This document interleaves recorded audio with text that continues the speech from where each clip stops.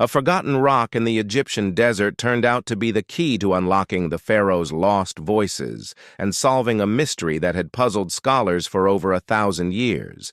Napoleon's soldiers had just marched into Alexandria and stumbled upon a big stone slab with some carvings on it. It was really dusty and nobody knew what it meant. They brought it to Napoleon's headquarters and showed it to him, but he didn't know what it meant either. What they found was a piece of rock inscribed with 3 different scripts.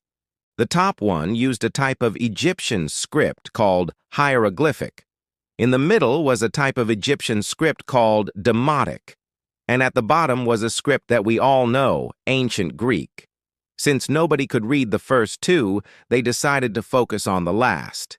It said, "The king is Ptolemy V, son of Ptolemy IV. Aha, they thought, this must be about King Ptolemy V.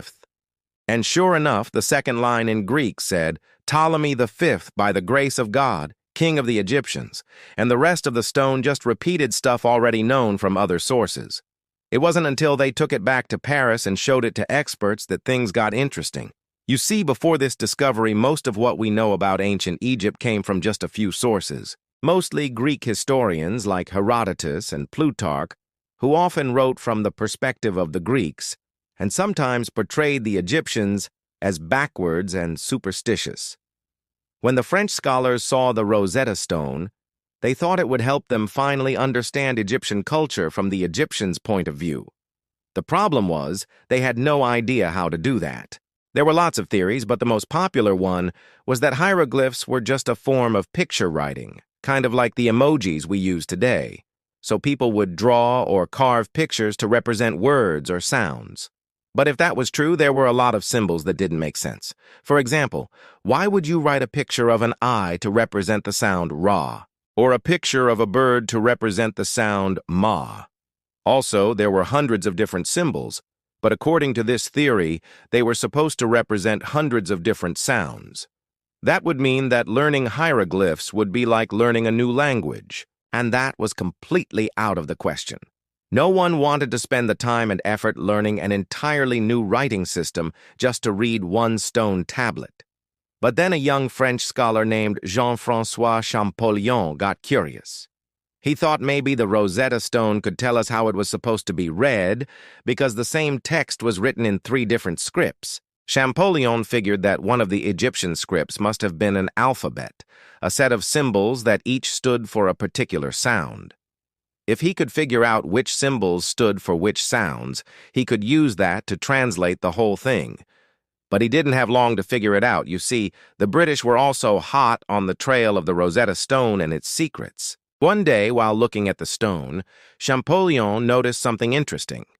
There were 2 types of hieroglyphic script, the formal kind used in the top line and the more casual kind used in the middle. And he noticed that these 2 scripts seemed to follow the same rules.